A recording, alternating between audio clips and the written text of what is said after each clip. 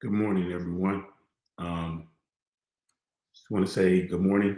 Welcome to the Texas Church Drill Team Coalition edition, if I can say it that way, of the role of the assistant director and the adult workers.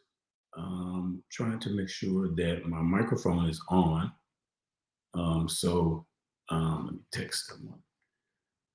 Make sure that I can be heard. Give me a second.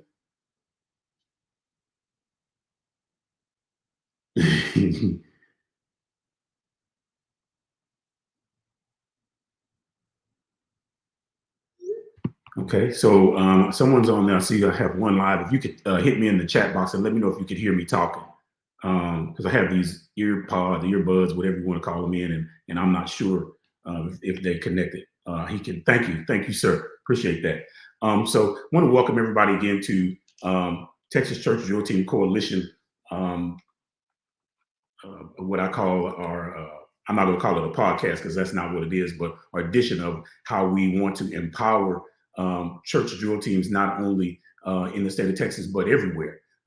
We are a brand new organization launched in March of 2022. And then I want to take the time to thank everybody that came out to our first event.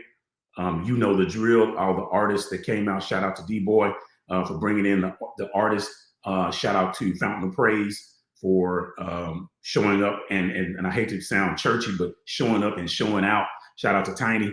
Hey, I still got much love for you, Tiny. So we we just want to thank everybody that supported us, that's continuing to support Texas Church Drill Team Coalition.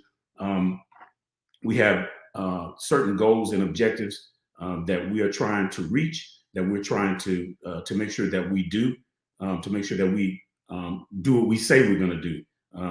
It's not good for an organization to start out and and don't do what we say we're going to do. What is our objective? I'm glad you asked. Our objective is to reach, restore, recruit, rebuild, and retain the church drill team. The church drill team is not dead. Contrary to what you're hearing, contrary to what you're seeing, the ministry is alive and well. There was a song they used to sing in church for the church triumphant is alive and well. So if you can't see under let me remove this here. Hold on. There we go. I am actually wearing the official inaugural T-shirt, Texas Church Drill Team T-shirt. So if you want to purchase a shirt, you can hit me up go to our Facebook page and DM me, and you can purchase a shirt for a low price of $10. $10. Everybody, you got $10. Just purchase a shirt, and we'll send it out to you. We also want you to follow us on Facebook. Like our Facebook page and follow us on Instagram and subscribe to our YouTube channel. So we've had a series of discussions where we talked about the role of the director. We had some directors come on. We had, I believe, Selena. We had Katura from Ohio. We had Charles. And then we had the national director, Brian Brown. Shout out to Brian and they talked about the role of the director. So today, we're going to talk about the role of the assistant director. Now, each team is made up of different components, different makeup, different structure. So there really is no right or wrong way to organize the drill team. However, the basic element, basic component of the drill team is generally the same. That being the drill team director, the assistant director, and the adult workers. Now, when I started the drill team back in 1999, we called the drill team workers matrons, which were the female adult workers, and supervisors, which were the male adult workers. So and each one of them, I gave them responsibilities. And again, there is no right or wrong for how you want to organize your team. Again, the basis is the same. Try saying that 10 times. Okay. So the assistant director basically follows the leadership of the director. When you select an assistant director, that's a very crucial thing, selecting assistant director. How do you select assistant director? Well, What I did personally was I watched and basically groomed someone to be able to follow in my footsteps, to be able to think like I do, act like I do. Now, that's not saying it's right, but you want someone that they have to have some integrity. And integrity basically means they can act in your behalf and do the right thing when you're not around. You don't want someone that you employ that works with you as a assistant drill team director. You don't want someone that works with you that when you're not around, you can't trust them. You don't want that. You don't want someone that when you're not around, you're gonna be yelling and screaming and using profanity and talking bad to kids, and then or can't run the practice successfully when you're not there. My assistant director should be able to run the practice, run the team, the entire team, every component without me being there. I should be able to delegate some responsibilities to the assistant director and know that it's going to get done.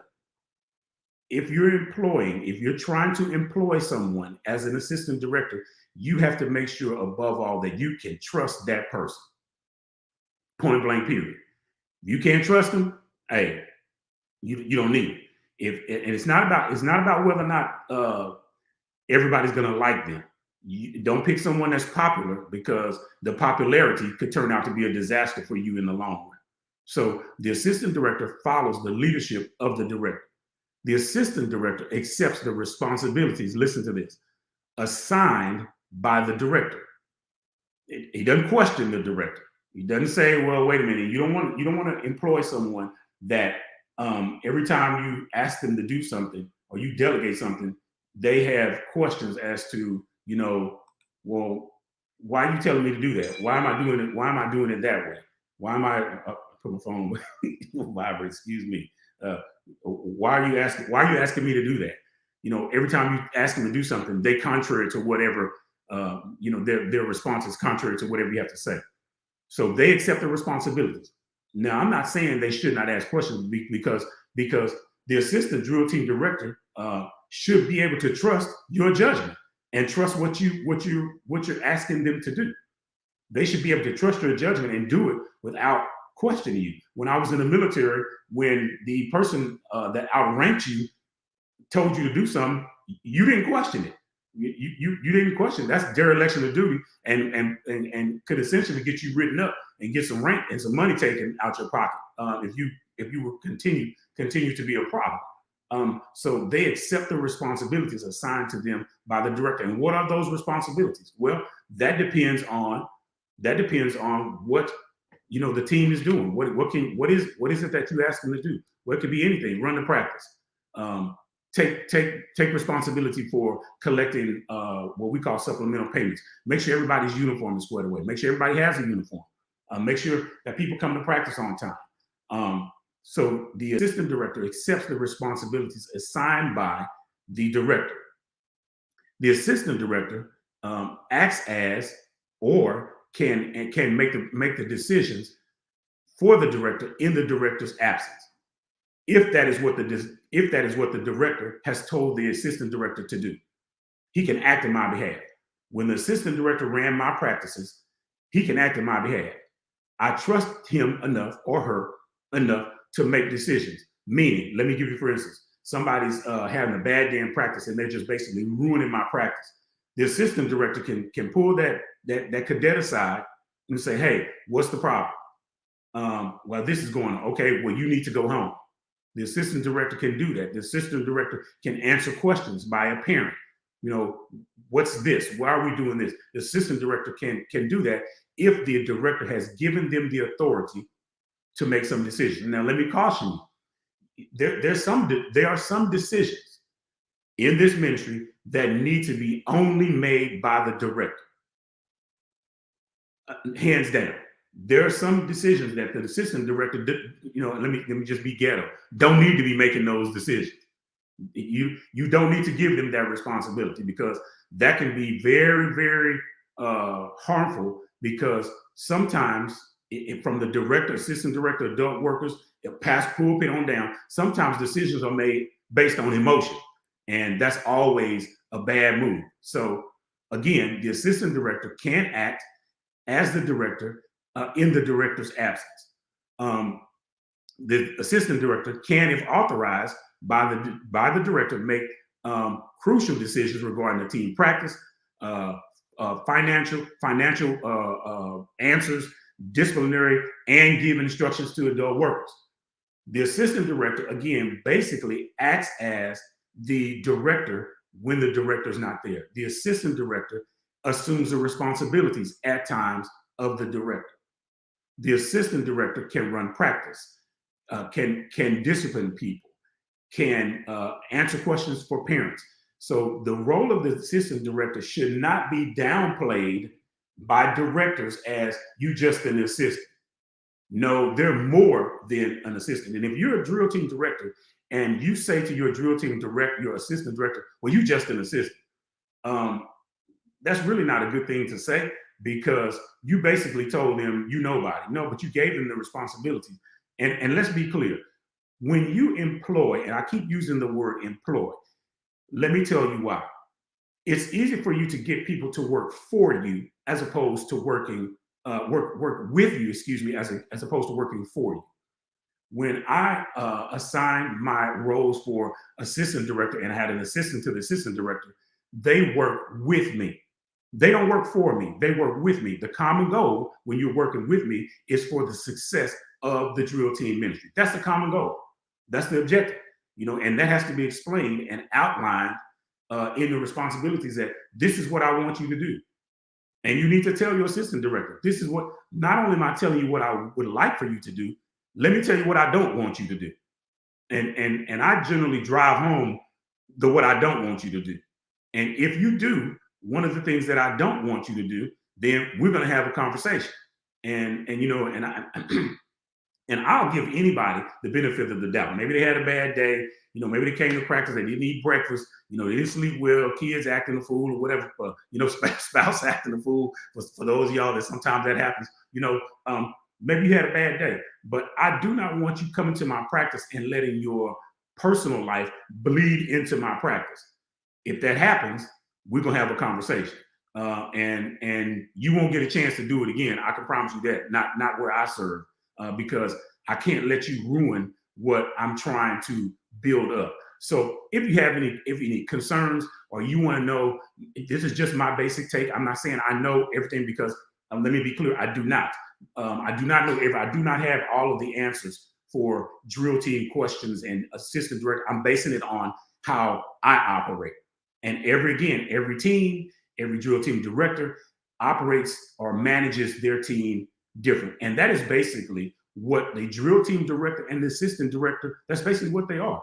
They manage the team. They are responsible for, because where I serve as the drill team director, if something goes wrong, when we're out ministering, when we're attending local and national competition, if something goes wrong with that team, they're not going to be calling the assistant director. They're not going to be calling the adult workers. It's going to be me that's going to be getting a text message. I'm not going to say from who. Shout out to that person. Getting a text message or a call from them. What happened? They're not going to be calling that person. They're going to be calling me. It's me. So the role of the director and the assistant director, listen to me, has to be taken very seriously. It is not a job to be taken lightly. It is full of responsibilities. And I'm not going to throw shade, but I'm going to put this out there. And you can take it how you want to take it. The drill team director role needs to be taken seriously. Point blank, period. I'm not taking it back. I said it, hey, I'm in it. It has to be taken seriously. If you're in this role, you taking it lightly, you're not taking it full of responsibility, and you shoveling it off on somebody else, hey, it all boils down to you. Again, if my team looks raggedy, dresses, their uniforms look raggedy, they're raggedy when they perform, they're raggedy around other teams, it's a reflection on the director, period. It's not a reflection on the church. It's a reflection on the director. If your team is out of line with, can't take instructions from other directors, can't take instructions from other people, or you can't take criticism as a director from other people, constructive criticism, that is, hey, you might need to examine yourself. Is this role really for me? Because I said it before, I'm gonna say it again, everybody wants to be a drill team director until it comes time to do drill team director stuff. Everybody wants to do it. Oh, that's easy. Okay. You try dealing with parents, multiple personalities with kids when they come to practice, different attitudes, different outlooks on life, different walks of life, where there's no discipline in the household, it becomes a problem. So I want to encourage everyone that's thinking about becoming a drill team director, organizing the drill team. If you're thinking about that, before you do it, hit me up, email me, go to my Facebook page, go to my Instagram, DM me, slide in my DM, as they say, and we can help you get it done. Okay, so we talked about the assistant director and their roles and responsibilities. What about the adult workers? So every team, I believe, should have. Hold on just a moment. Every team should have some adult workers. Why? Because as a drill team director, as an assistant director, you can't do everything. If you try to do everything, let me tell you what's going to happen. You're going to fall short in some area or another. Just like if there's too many irons in the fire, as the old folks say. If you try to do everything, you're going to miss something. You can't. That's why when I started drill team, I had 4 matrons and 4 supervisors. And let me tell you what I did. This is how I outlined it. I created an org chart. Started with me at the top as a director, branched out to my matrons and supervisors. And under them, I placed every team member, spread them out. So each adult worker had 4 or 5 cadets that they were responsible for. Now, their responsibilities when I started was this. Their responsibility was to, 1, make sure that you had the contact information for those parents. Make sure that you had the contact information for them. That means email address and phone number. Make sure you made contact with those parents. When we set up the org chart, your first responsibility was to call that parent and say, "Hi, my name is whatever, and I am the matron or the supervisor responsible for your cadet. Is your cadet name okay? How old is you?" And get all of that information, and then they forwarded that information back to my secretary, who was responsible for keeping all of that information. So that way, here's how that worked. So when we did a call out, all I had to do was send an email to my matrons and supervisors and say, contact the people in your group to say, this is when we're having practice. Practice has been canceled. The fundraisers will start this. This is what the fundraisers we're going to be doing. This is the amount of money that you're going to have to bring. Everybody, it was organized and well-oiled machine. And let me tell you what they did. At the end, the last parent that was called was responsible for calling back to the matron or supervisor and say, "Hey, I got the message." We made sure that when we sent an email out, that everybody got the message. Very, very few times did we get an email back from anyone that says, "I did not get the message." We did not, very rarely did we have someone miss practice, because I made sure that they got the message, because I didn't want them coming back and saying, "I didn't come to practice because I didn't get the message." That's poor leadership and poor management on my part. So the adult worker's responsibility varies from team to team. Sometimes the adult workers are responsible for making sure that all of the kids all of the cadets, we'll use kids, that's a goat. All of their cadets have uniforms. Make sure that they have their accessories right. I make sure that I taught my cadets how to put on their uniforms and look in the mirror before you put on your uniform, before you leave out of the hotel and get on that bus. Make sure that your ascot, the back is tucked in under your collar. Make sure everybody's shoulder cords are right. Make sure your beret is canted. Let me use that word, to the same side. Make sure that your beret, this is wearing a uniform. This is free game right here. Make sure that your beret is not jacked up in the front. Deliver me from people I see in the drill team with their beret jacked up in the front. The beret is to be worn like this, parallel to the ground that you're wearing, that you're standing on. That's in accordance with AR 670-1, wearing the military uniform. That's free game right there. Y'all better be writing this down. So if I see you with your beret jacked up, I'm gonna say something to you. That's drill team directors that see this. Hey, I'm gonna say something to you. I gotta write to you because you're not wearing it right. But anyway, and we're back.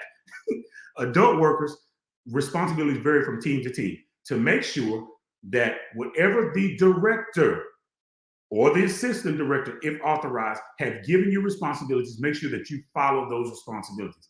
As the adult worker, listen to me. As the adult worker, it might not be a good idea for you to be questioning the assistant director. It's too often. That's never happened with me. Too often I hear stories of when the adult worker is given some responsibilities and it's not by the director. You know, you go side, you come at them sideways. You're not the director. Yeah, I'm not the director, but I'm acting in behalf of the director, and I'm authorized to, to instruct you. Again, people have to realize, free game again, write this down. People have to realize there's a ranking system in the military, and you have to obey the orders, and that's what the military says. With those appointed above you, you got to be able to do that. If you can't follow the ranking, you can go to in the military. Let me tell you this. Check this out. In the military, I could walk into any formation with my sergeant stripes on and call someone to the position of attention. That's how that works. So let me go real quick. So the adult workers basically act as the manager of the drill team. They help with the uniforms.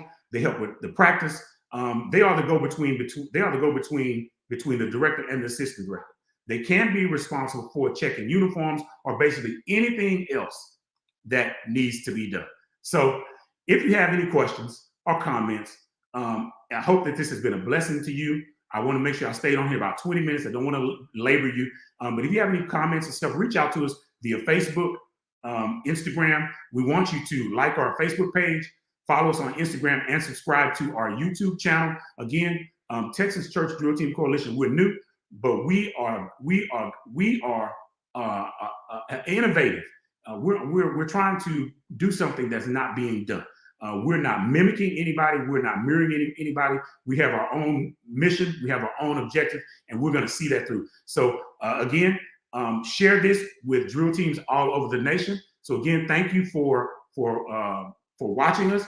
Again, like our Facebook page, follow us on Instagram, and subscribe to our YouTube channel. Thank you.